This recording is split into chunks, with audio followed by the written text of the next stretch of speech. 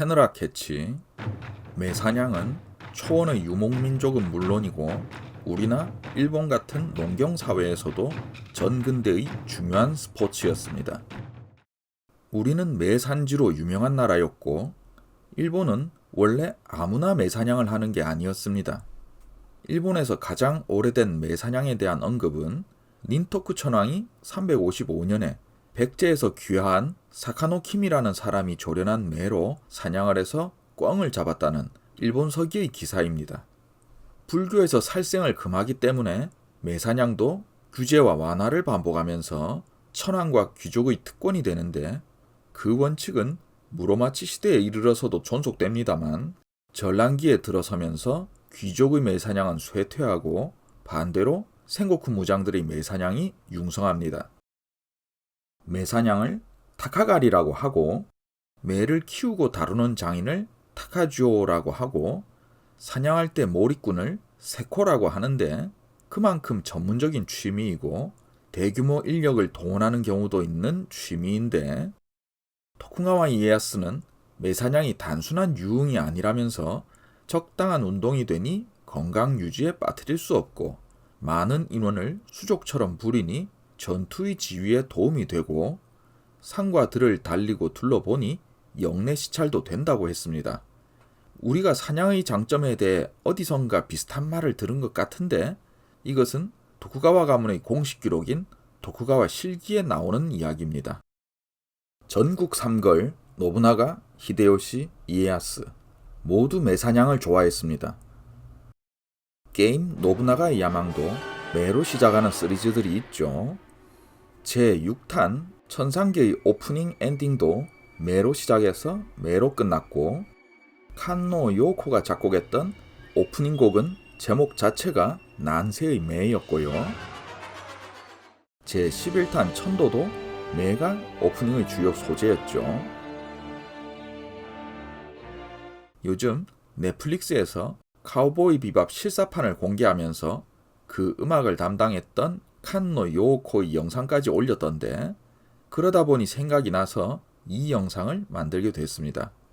8, 90년대에 칸노 요코가 코에이 게임의 많은 명곡을 만들었죠.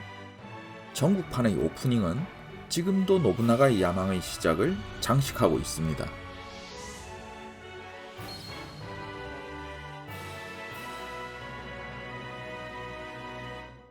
여기서 노부나가 사마의 매사냥을 알아봅시다. 사료성 높은 오다 노부나가의 일대기 신장공기를 보면 아즈치성을 세운 이후로 매사냥의 언급이 급증합니다. 친위대를 동원한 대대적인 매사냥은 물론 소수 인원만 데리고 떠난 매사냥까지 저렇게 소수로 다니니까 나한테 죽지 싶은 장면이 한둘이 아닙니다. 신장공기에 나오는 말선물, 매선물 이야기만 해도 그 수량이 상당합니다. 그 말과 매의 산지에 있는 무장들이 선물한 것인데 관동, 동북지방의 다이묘들도 중앙정세에 부지런히 주의를 기울였다는 증거입니다. 토오노의 토오노 마고지로가 선물한 눈처럼 흰 매는 노부나가가 꽤나 마음에 들어했던 모양으로 이건 매가 아니라 사람이다 라며 기특해했고 어떤 특정한 매와 사냥을 나갔다는 언급은 이 흰매밖에 없습니다. 1577년 11월 노부나가의 특이한 매 사냥 관련 이야기가 신장공기에 나옵니다. 먼저 노부나가는 매사냥 복장으로 입궐하여 천황을 아련하고 매도 보여줍니다. 동행한 무리는 누구나 자기 생각대로 복장을 갖추고 재밌는 모양의 두건을 쓰고 흥을 돋구었고 모두 사냥 지팡이 따위까지 금은을 칠했다고 합니다.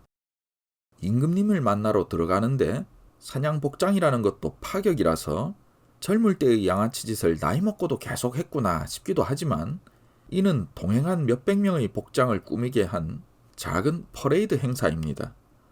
본 사람도 전해 들은 사람도 노부나가의 취향에 감탄했다고 합니다. 이게 나중에 아즈치 성에서의 퍼레이드인 사기초와 임금님 앞에서 교토의 퍼레이드인 우마조로의 그 두 행사의 전조가 아닌가 싶기도 하고요. 그런데 궁을 나와서 교토 히가시야마에서 매사냥을 하다가 마침 큰 눈이 내려 노부나가 비장의 매가 바람에 휩쓸려서 야마토의 마을까지 날아가 버렸습니다. 노부나가는 사방으로 그 매를 찾게 하였습니다. 다음 날 야마토의 오치 겐바라는 자가 매를 잡아서 노부나가를 아련했고 노부나가는 매우 기뻐했습니다. 즉시 의복과 명마를 하사하면서 바라는 것이 있다면 이루도록 해주겠다라고 말합니다. 그러자 오치 겐바는 근년에 가지고 있던 영지를 몰수당하여 수입이 없습니다 라고 하니 노부나가는 옛 영지를 반환시키고 그 소유를 보증하는 증명서를 주었습니다. 지금으로 치면 비싼 드론을 하나 주었는데 권력자의 중요한 데이터가 들어있어서 그걸 돌려줬더니 건물주가 되었다 같은 스토리랄까요. 회장님이 애지중지하는 반려견을 찾아줬더니 작은 사업장 하나를 뚝하니 떼어주더라 랄까요.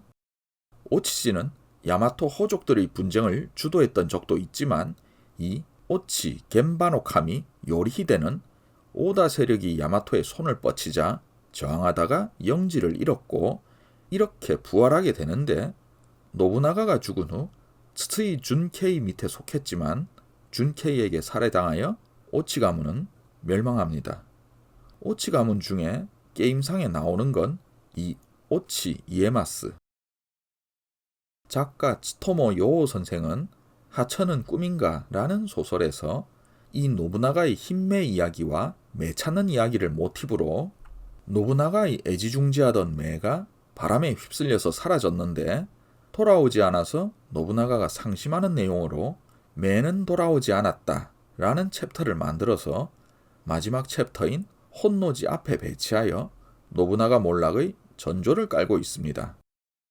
그렇다면 좋은 매로 유명한 고려 조선이고 조선 도자기를 그렇게 좋아한 그 무렵의 일본에서 조선의 매는 어땠을까요? 노부나가 가신 중에 미조구치 히데카츠라는 사람이 1581년 4월 25일 고려의 매 6마리를 입수해서 노부나가에게 헌상합니다. 노부나가는 그 즈음 손에 넣을 수 없었다며 귀하다고 기뻐했다고 합니다. 임진왜란 직전에 보낸 조선통신사의 예물 중에도 말과 매가 포함됩니다. 매가 무려 15마리고 그 말과 매를 돌보는 사람도 통신사 일행에 포함됩니다.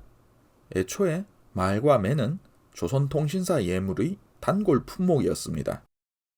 노부나가든 이에야스든 전국시대 무장들이 지금의 골프처럼 좋아했던 매 사냥인데 도자기 전쟁이라고도 불리는 임진왜란 때 조선의 매는 안 가지고 갔을까요?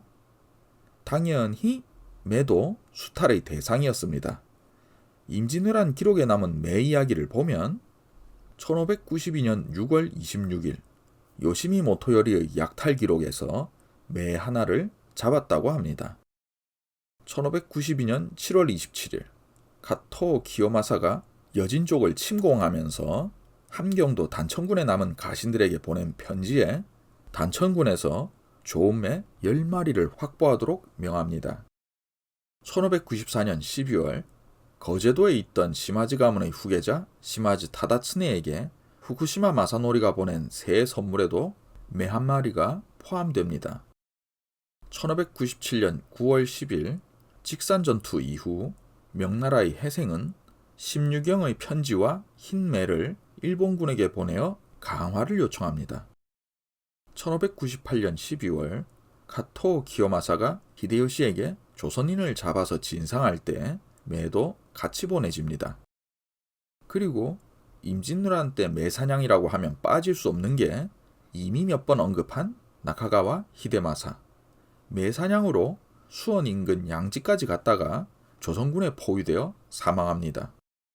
7년 전쟁 중에 다이묘의 전사는 딱 2명인데 그 중 하나가 이렇게 매사냥 나갔다 죽은 사람으로 후사가 없었던 데다 정찰 나갔다가 전사했다고 히데요시에게 허위 보고를 했지만 그게 딱 걸려서 가문이 문 닫을 뻔했습니다. 히데요시를 위해 죽은 아버지 덕분에 그 동생이 상속하는 걸로 마무리됐지만요.